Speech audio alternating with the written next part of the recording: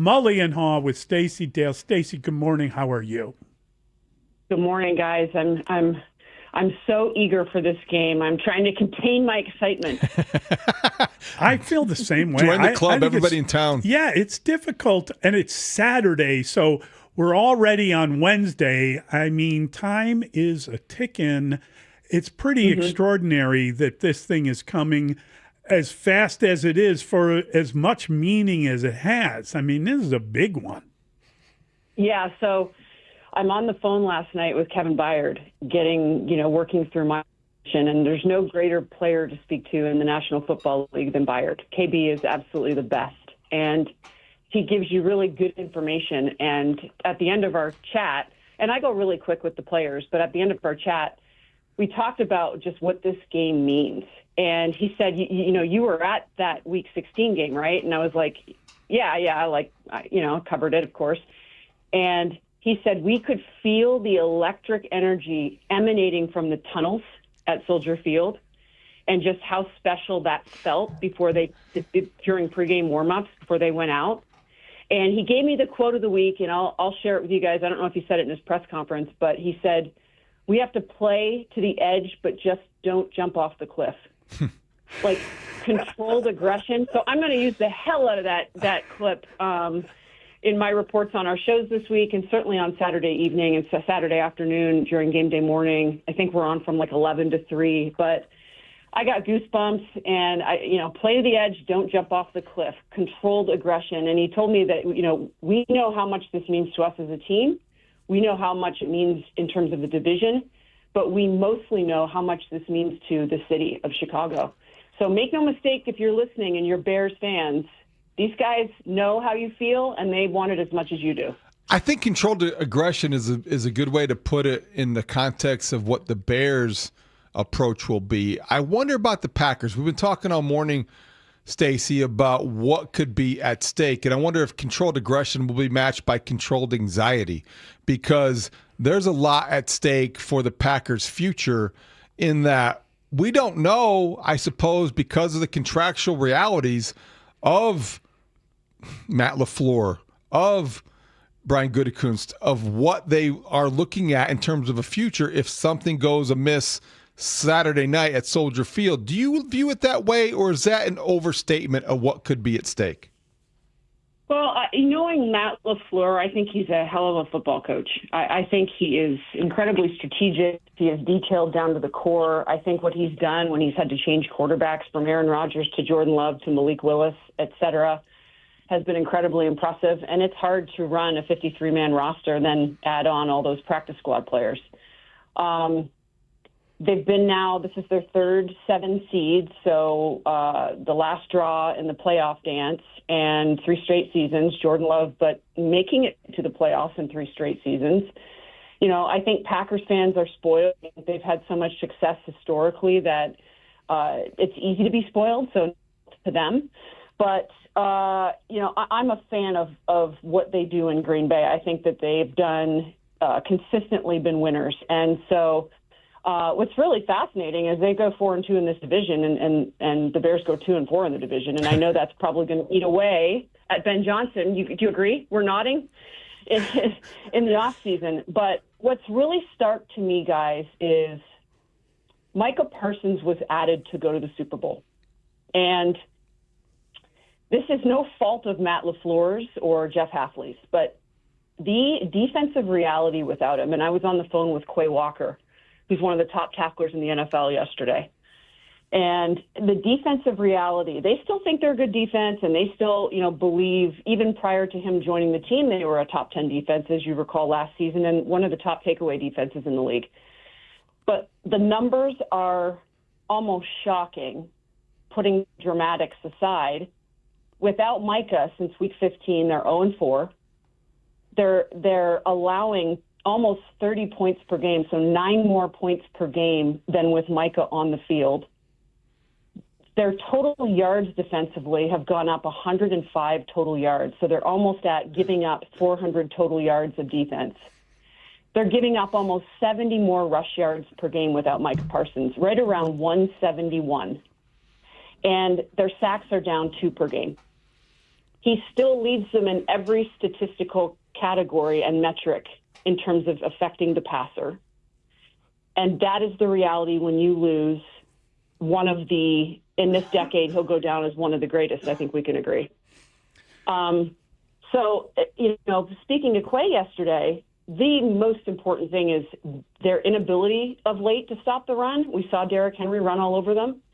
And the focus is going to be on Monangai, Swift, and certainly Caleb Williams, who, by the way, the Bears were exceptional in their 2 meetings against the Packers on the ground. I mean, they rushed for 135 plus in both matchups. So that's going to be the issue for Green Bay. Detroit did it, but we'll see if the Packers can. Yeah, I think that we were kind of talking about it throughout the day. The idea of Caleb running a little bit more in this game is a good one. He's obviously able to do that, and it would be another way of attacking them. And the Bears have got to figure out a way, especially early, to get first down, stay on the field, and protect that defense a little bit.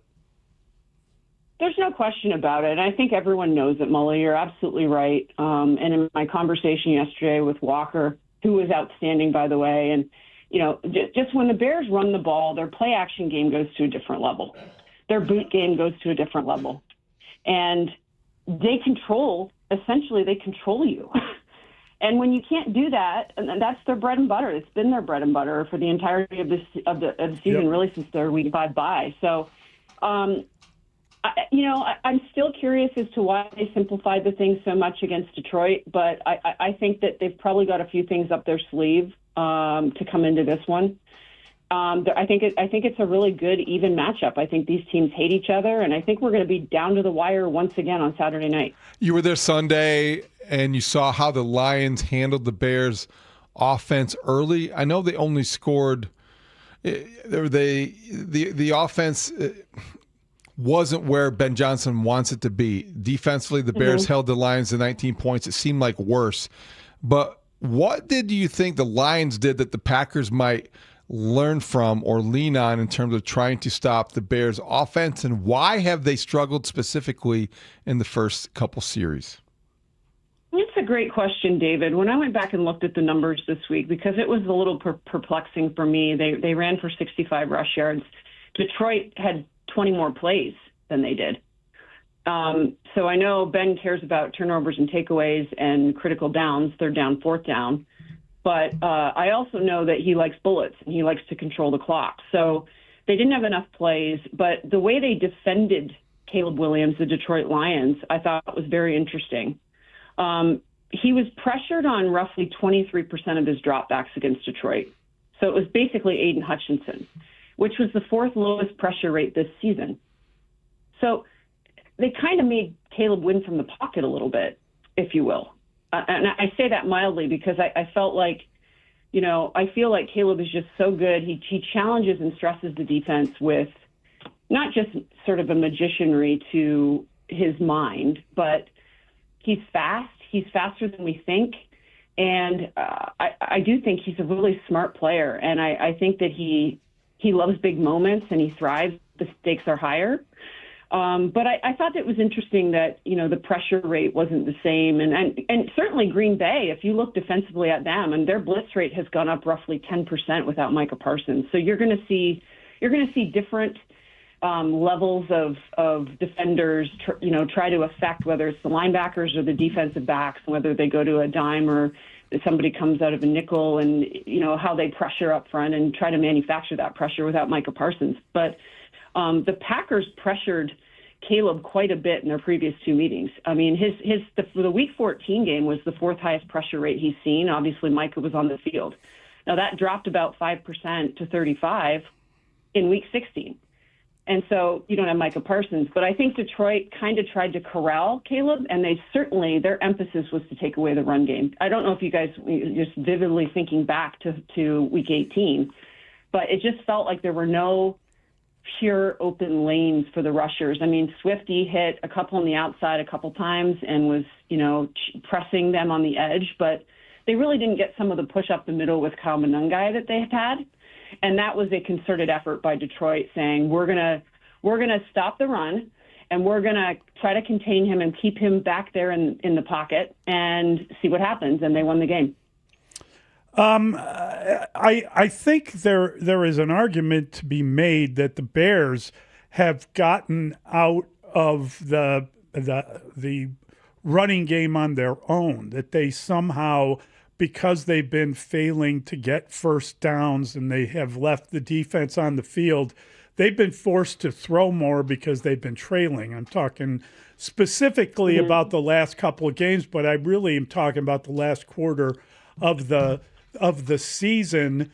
Can it be as easy as just running the ball better in this game that could turn their fortune? And, as much as the Packers are making a concerted effort, don't the Bears have to concentrate on winning the point of attack and falling forward and getting themselves in advantageous situations on first downs?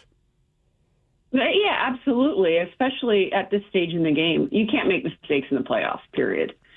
I think the Packers are cognizant of how good this run game is. I mean, when I spoke with Walker, he called it tremendous. He said they're two different backs. He played with Swift back in college, I believe it was, and he said he's just so dangerous in the open field. And then of Monangai, just such a lower, compact, shorter to the ground type approach, low center of gravity, power up the middle. So they're approaching them in Green Bay like they're two different backs. But this is going to be the will of the trenches to me. And that excites me because that's where I think football is won. And I think the pass game opens up. I'm not going to say Ben was thinking this at all, but Caleb threw it 33 times on Sunday. That's a lot. That's 33 attempts, and he certainly achieved the single season record, surpassed that 4,000 mark. Who cares? But they didn't win the game. So, there's just so many storylines, fellas, in this game. The Bears sort of bend, don't break defensively. They've become stout in the red zone specifically, and that's kind of been their mission here as they go into the playoffs. Like, we're going to try to stop you in the red zone and get takeaways. And if we get takeaways, we think our offense can score, and that's where we thrive. And so we'll see if that's the case. And Jordan Love makes his return as well, which is a whole other storyline in itself. What's the value of experience in this game? You mentioned Jordan Love. He has it. Caleb Williams doesn't. Does it matter? I'm not sure because these teams know each other so well. If it were two totally starkly different teams, such as like the Rams were playing the Bears, that's a whole different thing because, Matthew Stafford's back there. But these guys know each other. I mean, Jordan Love, when he sat out of Week 18, he spent most of that week not looking at Minnesota, but looking at the Chicago Bears. Let's be honest about that. So he took another deep dive in his week off, though he was the backup going into the Minnesota game in Week 18. He took another deep dive into Chicago's defense. And it's a defense that does change its looks, which for Chicago, their communication has to be perfect. It has to be impeccable. It's going to be very loud. When you're on the defensive side and you're dealing with a visiting offense like Green Bay, this crowd will be very loud on Jordan Love. And so the communication, the silent communication even for the Chicago defense is going to be critical because you can't have a Bo Melton touchdown going into halftime, right? So I think they've learned from some of those explosive plays. Obviously, Jordan comes into this environment where you can't forget when he got hit by Austin Booker. I mean, he had headaches now all week. He said his head was throbbing, and it was throbbing on the plane ride back, and then he was dealing with headaches all week. So he's going to be coming in pissed off. The Packers are going to be coming in pissed off, and the Bears need to, their defensive communication has to be on point on Saturday. The Bears can't be happy with the way things have been going, though, either. I mean, as much as we talk about Green Bay and the anger factor and all that, the Bears, the coach, I've never seen him quite as jacked up after the loss to the Lions, and he still doesn't seem like he's gotten over it as much as he's moved on from it, and they have to. but I wouldn't expect the Bears to kind of, I don't know, take any kind of break mentally. The fact that the Packers have been preparing for them for 2 weeks and didn't play their team last week, that's their decision. And there's no problem with that. But I think that the Bears have to be as jacked up for this game as any game they've played. And I got a feeling they're going to be. I would imagine that both the crowd and the Bears themselves are going to be able to match whatever intensity the Packers bring to this. 100%, Mully. I mean, David and I looked at each other in that press conference, right, David, on Sunday. Was it Sunday? Yeah. Yeah. And we walked out of there together, and you're right, Mully. That's upset and disgusted. Let me use that word. He was disgusted. That's the right word. Yeah, he was disgusted, that Ben was, about that offensive performance, which you should love. I mean, if you are a competitor, and I know that competitive juice is running through these Bears fans too. I don't care if you played the game, if you're a fan of the game, if you coached the game. If you don't have that fire, you ain't going nowhere. And Ben has it, and his players therefore have it. And I felt Caleb had it too. I don't know about you, David, but Caleb was pretty ticked off in his press conference. Yeah. He was short, he was curt, he was fired up. They know they didn't perform the way that they wanted to. They didn't score a point until the fourth quarter. Yeah, Mully, they're coming out enraged to play in this game. But again, it's got to be controlled aggression because the emotional stakes in these types of moments, you saw what the Commanders did last year, marching all the way to the NFC Championship game. Like, with a young quarterback, a whole new thing going on over there with Dan Quinn, and it's not, I don't think any situation is the same, but it's not dissimilar to seeing kind of that trajectory and where these Bears are at. But they got to get takeaways. I mean, they're when they have two or more takeaways, the Bears this season, they're 9-0. They're knocking on the door of 30 points per game. Their defensive numbers all go down, so they're giving up fewer points per game, fewer total yards per game. They've been great on third down. And that's going to be important too. Third down is where Jordan Love is the best, maybe in the NFL. And they have to be really good in critical downs defensively, have great communication, and take the ball away from Green Bay. Stacey, before we let you go, have to get your reaction. John Harbaugh fired after 18 seasons in Baltimore. Where do you think he might land, and how do you replace somebody who was that consistent for the Ravens? Well, I have to tend to think they're going to go with an offensive-minded head coach. Much respect for John Harbaugh.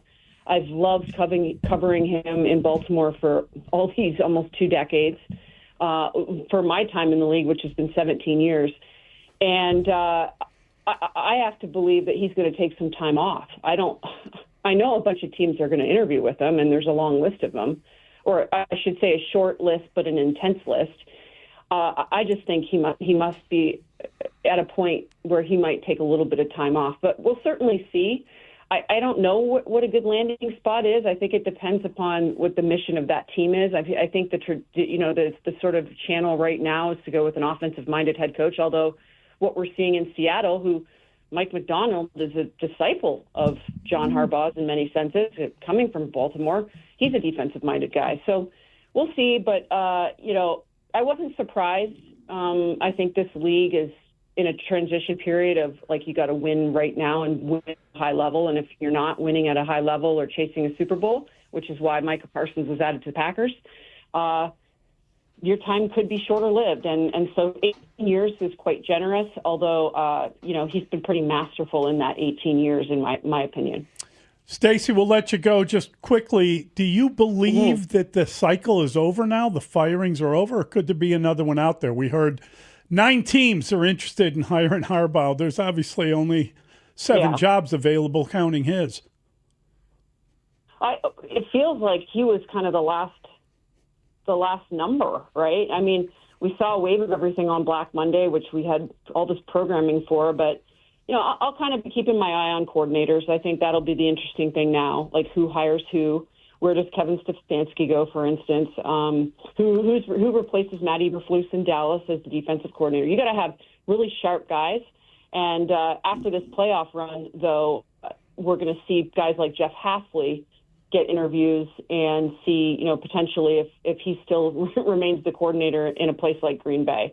I think there's still a lot of change to come, but certainly some of those expected did happen.